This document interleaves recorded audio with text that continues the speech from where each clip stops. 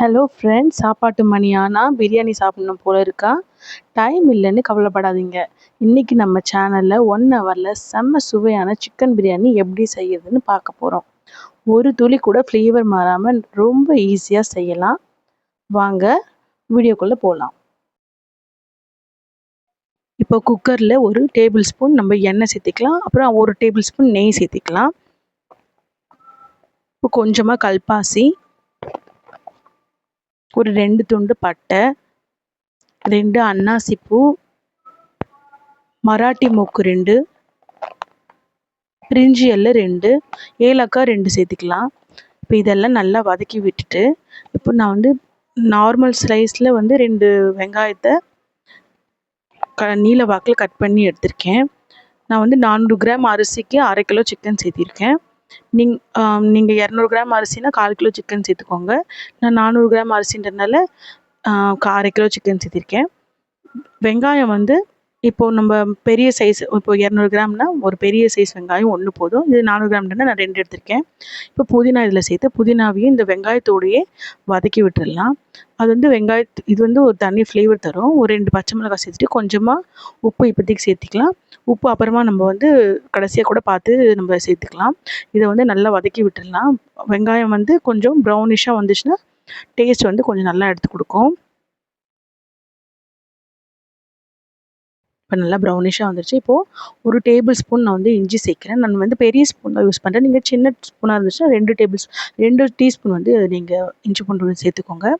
நான் பெரிய டீஸ்பூன்றனால 1 டீஸ்பூன் தான் சேர்த்துருக்கேன். இதையும் நம்ம நல்லா வாசனை போகிற அளவுக்கு வதக்கி விட்டுடலாம். வதங்கி வந்துருச்சு. இப்போ தக்காளி பார்த்திங்கன்னா நான் 3 தக்காளி எடுத்திருக்கேன். எல்லாம் இதுவும் மீடியம் சைஸ் தான். இப்போ நம்ம 200 கிராமுக்கு சின்ன தக்காளியாக 2 எடுத்துக்கலாம். இது நான் 400 கிராம்ன்றனால கொஞ்சம் பெரிய தக்காளியும் 3 எடுத்துருக்கேன். வெங்காயம் 2, தக்காளி 3. இப்போ தக்காளி பாதி வதங்கி வந்ததும் நம்ம இதில் சிக்கனை சேர்த்திடலாம்.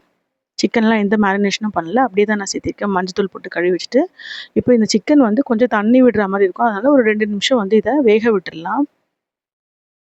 தண்ணி வெந்து வந்ததும் இப்போ 1 ஸ்பூன் வெறும் மிளகாய் தூள் சேர்த்திருக்கேன்.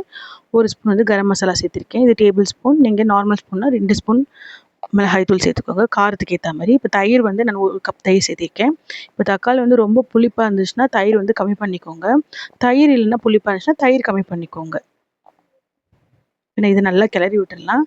புளிப்புக்கு ஏற்ற மாதிரி நம்ம லெமன் வரை சேர்க்க போகிறோம். அதனால் புளிப்புக்கு ஏற்ற மாதிரி தக்காளி இல்லைன்னா தயிரில் ஏதாவது அட்ஜஸ்ட் பண்ணிக்கோங்க. ஏன்னா டேஸ்ட் பண்ணி பாருங்கள். ஒவ்வொரு வாட்டியும் டேஸ்ட் பண்ணி பார்த்தா தான் நல்லா வரும். இப்போ நான் இந்த கிளாஸில் தான் எடுத்திருக்கேன். இப்போ நல்லா வெந்து வந்துருச்சு. இந்த கிளாஸில் நான் 1 கப்பு அரிசிக்கு 1 1/4 கப்பு தண்ணி ஊற்ற போகிறேன். இப்போ பாருங்கள், கிரேவி நல்லா திக்காகி வந்துருச்சு. இப்போ நான் தண்ணி ஊற்றிட்டு தான் நம்ம உப்பு பார்க்கணும். இப்போ அந்த 1 கிளாஸ் கிளாஸுக்கு 1 1/4 கிளாஸ் தண்ணி ஊற்ற போகிறேன். தண்ணி ஊற்றிட்டு நல்லா கொதி வந்ததுமே நம்ம உப்பு பார்க்கலாம். இன்னும் கொதி உப்பு பார்த்தா தான் நம்மளுக்கு கரெக்டான ரேஷியோ கிடைக்கும். உப்பு எப்பவுமே எக்ஸ்ட்ராவாக இருக்கிற மாதிரி தான் பார்க்கணும். இந்த ஸ்டேஜில் நம்ம உப்பு, காரம் எல்லாத்தையும் பார்த்துக்கலாம். நீங்கள் உப்பு நார்மல் கரெக்டாக இருக்குதுன்னு விட்டுறக்கூடாது. கொஞ்சம் எக்ஸ்ட்ராவாக சேர்த்திங்கன்னா தான் உப்பு அரிசிக்கு ஏற்ற மாதிரி கரெக்டாக இருக்கும். நல்லா கொதி வந்துருச்சு. இந்த ஸ்டேஜில் நம்ம அரிசியை சேர்த்துக்கலாம். அரிசி நான் ஸ்டார்டிங்கில் செய்யும் போதே ஊற வச்சுருந்தேன். நல்லா தண்ணியெல்லாம் வடிச்சிட்டு நல்லா நம்ம அரிசி போட்டு கிளறி விட்டுக்கலாம். அரிசி வெந்து மேலே வரணும். நம்ம ஃபுல் ஃப்ளேம்லேயே வச்சு அரிசி போட்டு நம்ம கிளறி விட்டுக்கலாம். ரொம்ப கிளற வேண்டாம், நம்ம லைட்டாக கிளறி விட்டுக்கலாம். அரிசி மேலே வரும். அந்த அளவு ஸ்டேஜ் வர வரைக்கும் நம்ம ஃபுல் ஃப்ளேம்லேயே வச்சு கொதிக்க விடலாம். இப்போ நல்லா வெந்து வந்துருச்சு. இப்போ நான் புதினா சேர்த்திருக்கேன். நான் அது கட் ஆகிடுச்சு கொஞ்சம் அந்த வீடியோ. புதினாவையும் கொத்தமல்லியும் இதில் நான் சேர்த்துட்டு லெமன் ஜூஸ் ஒரு லெமன் நான் பிழிஞ்சு விட்டுருக்கேன். அது சின்ன லெமன்றனால 1 லெமன் தான் பிழிஞ்சிருக்கேன். இங்கே பெரிய லெமன்லாம் ஒரு அரை லெமன் பிழிஞ்சு விட்டாலே போதும். நான் புதினாவை இதிலேயே கிளறி விட்டுருக்கேன். லைட்டாக உடையாத மாதிரி, அரிசி உடையாத மாதிரி. நம்ம எடுத்ததுக்கப்புறம் கிளறும் போது அது ஒழுங்காக கிளறாது. அதனால் நான் இப்போயே இந்த ஸ்டேஜ்லேயே புதினாவை கொஞ்சமாக கிளறி விட்டுக்கிறேன். இது மாதிரி செஞ்சு பாருங்கள், கண்டிப்பாக டேஸ்ட் கொடுக்கும் உங்களுக்கு. இப்போ பாருங்கள், அரிசிலாம் இப்போ 3/4 பதத்துக்கு வெந்து வந்திருக்கு பார்த்தீங்களா? இந்த டைமில் லைட்டாக கிளறி விட்டு நம்ம மூடி போட்டு விசில் மட்டும்தான் வைக்கணும். விசிலை சத்தம் விடக்கூடாது. விசில் மட்டும் மேலே போட்டு இப்போ ஸ்லோ பண்ணிவிடுங்க மொத்தமாக. அப்புறமா நம்ம தோசைக்கல், பழைய தோசைக்கல் இருந்துச்சுன்னா அது மேலே வச்சுட்டு ஒரு 20 மினிட்ஸ் ஸ்லோ ஃப்ளேம்லேயே வச்சுருங்க. விசில் போட்டு ஸ்லோ ஃப்ளேமில் வைக்கணும் நீங்கள். விசில் போடாமல் மட்டும் வச்சிடாதீங்க. விசில் போட்டு ஸ்லோ ஃப்ளேம்லேயே 20 மினிட்ஸ் வச்சு எடுத்திங்கன்னா, விசில் இப்போ வந்துருச்சு.